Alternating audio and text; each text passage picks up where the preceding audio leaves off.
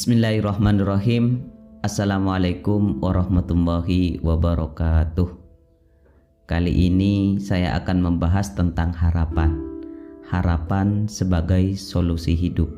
Saya sudah mengumpulkan beberapa quote tentang harapan, tapi sebelum membahas quote itu, saya akan bercerita tentang asal-usul harapan. Ada mitos sangat terkenal tentang harapan, namanya kotak Pandora. Mitos ini sebenarnya mau mengingatkan kita bahwa obatnya segala penyakit di dunia ini, apakah itu penyakit jasmani, rohani, penyakit individual, sosial, itu hanya satu, yaitu harapan. Selama masih ada harapan, sejauh itu pula segala kesulitan, segala kerumitan, segala kesusahan akan bisa teratasi. Tapi kalau tidak ada harapan, ya hidup akan selesai karena tidak bisa teratasi. Nah, di Yunani ada mitos sangat terkenal tentang harapan ini, namanya kotak Pandora. Jadi Pandora itu nama seorang dewi. Pandora ini nanti menikah dengan saudaranya Prometheus. Waktu mereka nikah, oleh Zeus dikasih hadiah kotak, nanti dikenal sebagai kotak Pandora. Katanya Prometheus, hati-hati, jangan dibuka kotak itu, nanti bahaya. Tapi karena penasaran, manusia itu kan gitu, kalau dilarang-larang malah penasaran. Situs itu kan kalau diblokir, kita kan malah penasaran gimana cara bukanya. Ya begitulah manusia, serba penasaran. Nah, Pandora juga begitu, dia dikasih kotak, penasaran, akhirnya dibuka. Begitu dibuka, keluarlah segala macam hal yang buruk. Kejahatan, penyakit, bencana, dan penderitaan. Akhirnya Pandora ini sedih. Kok yang keluar ini semua? Isinya jelek-jelek. Akhirnya dunia manusia jadi rusak. Tapi terakhir Pandora melihat masih ada satu sisa di dalamnya, yaitu harapan.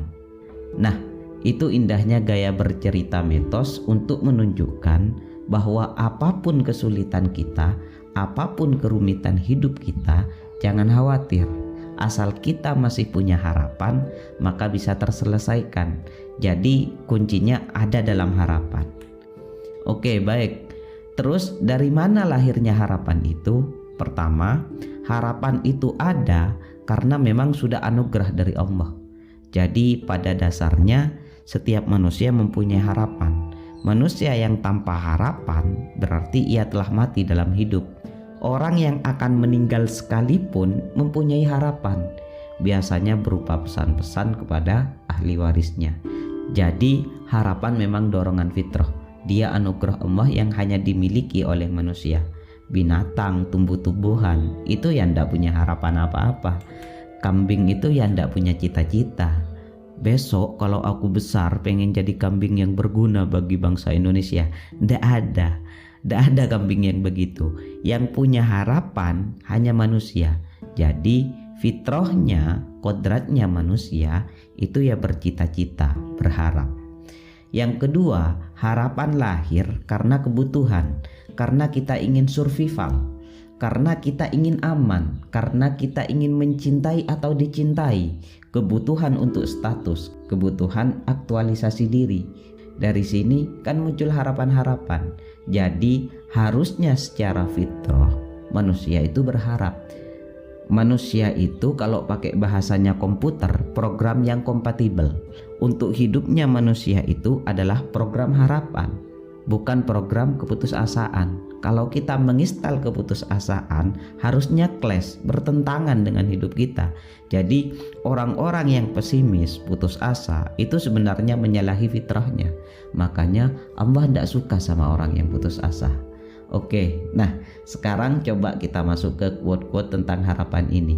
Yang pertama, saya mengutip quote dari seorang biksu Buddhisme dari Vietnam, namanya Thich Nhat Hanh.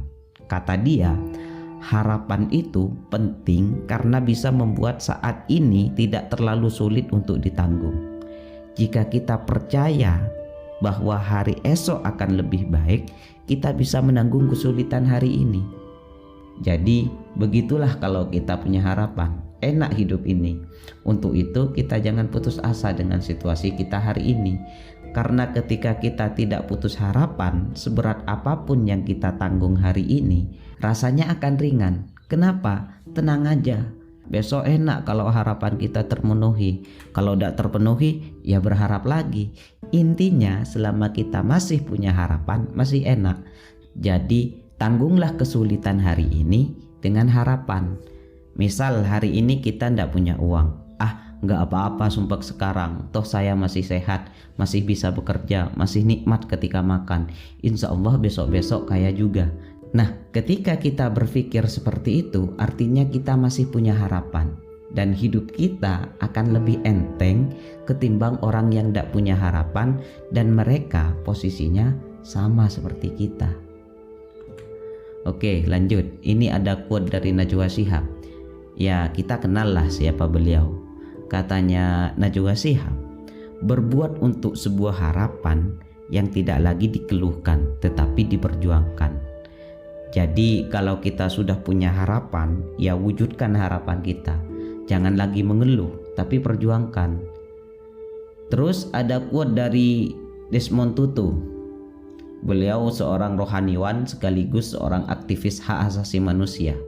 Beliau berasal dari Afrika Selatan. Nah, beliau pernah bilang begini, harapan adalah kemampuan untuk melihat bahwa ada cahaya meskipun semua dalam kegelapan.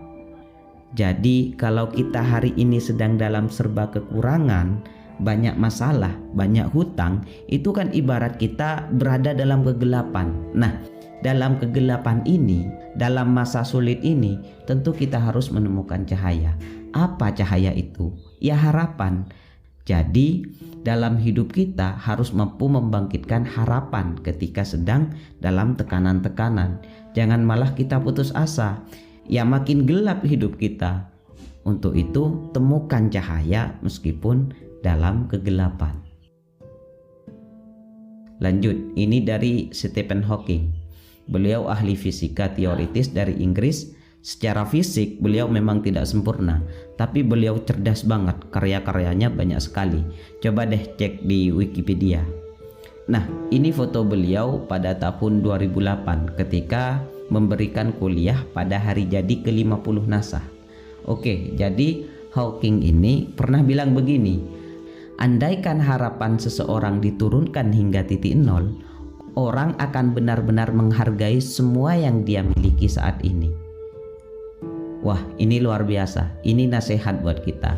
Stephen ini ngajari kita cara mensyukuri hidup.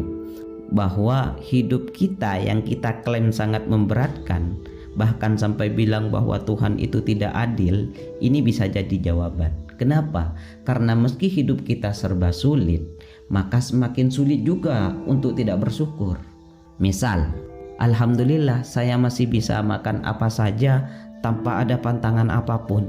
Masih bisa minum yang manis-manis, yang kecut-kecut. Oh, betapa banyak orang yang tidak boleh minum manis-manis karena punya penyakit. Oh, tidak apa-apa aku tidak kaya, tidak apa-apa aku tidak sukses. Ini kan harapannya diturunkan ke titik nol. Tidak apa-apa aku begini-begini saja. Asal masih bisa melihat, asal lidah masih normal, asal ginjal masih baik-baik saja, asal jantung masih normal detaknya. Alhamdulillah wes. Nah, ini kan benar-benar menghargai apa yang dia punya selama ini. Jadi, andaikan harapan seseorang diturunkan hingga titik nol, orang akan benar-benar menghargai semua yang dia miliki saat ini. Oke, lanjut. Ini dari Aristoteles, seorang filsuf dari Yunani. Kata dia, harapan adalah mimpi yang nyata. Sering kan kita ngalami hal-hal semacam ini. Wah, uang saya sudah habis, gajian masih seminggu lagi nih. Pinjam dulu sama teman itu, pasti ada dan dikasih. Nah, itu kan kekhawatiran kita langsung hilang. Berarti apa? Harapan itu mimpi yang nyata, karena langsung terasa seketika. Padahal ini masih dalam bentuk harapan, masih rencana. Tapi begitulah harapan, selalu bikin bahagia. Makanya jangan sampai tidak punya harapan, cari jalan keluar. Terus ini dari Samuel Johnson. Beliau adalah sastrawan asal Inggris. Bahkan beliau disebut sebagai orang yang paling berpengaruh dalam sejarah kesusastraan Inggris. Nah, Beliau pernah bilang begini, di mana tidak ada harapan, di situ tidak ada usaha keras. Lagi-lagi kita diingatkan bahwa harapan itu penting. Karena kalau tidak punya harapan, ya kita tidak akan punya rencana apa-apa. Tidak ada usaha keras untuk mewujudkan harapan itu. Jadi sekali lagi, milikilah harapan. Terus ini yang terakhir, saya mengambil quote-nya Mahatma Gandhi. Beliau adalah seorang politikus asal India. Kata Mahatma Gandhi gini, selalu percaya pada impian Anda, karena jika tidak, Anda masih akan memiliki harapan. Punya banyak harapan itu bagus, tapi kita jangan hanya hidup dengan harapan-harapan. Kita harus mewujudkan harapan yang kita punya. Biar harapan tidak hanya menjadi harapan belaka. Jadi, ayo kita wujudkan harapan-harapan yang kita punya. Semoga berhasil. Oke, saya kira itu quote-quote atau nasihat-nasihat tentang harapan. Saya akhiri sekian, kurang lebihnya mohon maaf. Wassalamualaikum warahmatullahi wabarakatuh.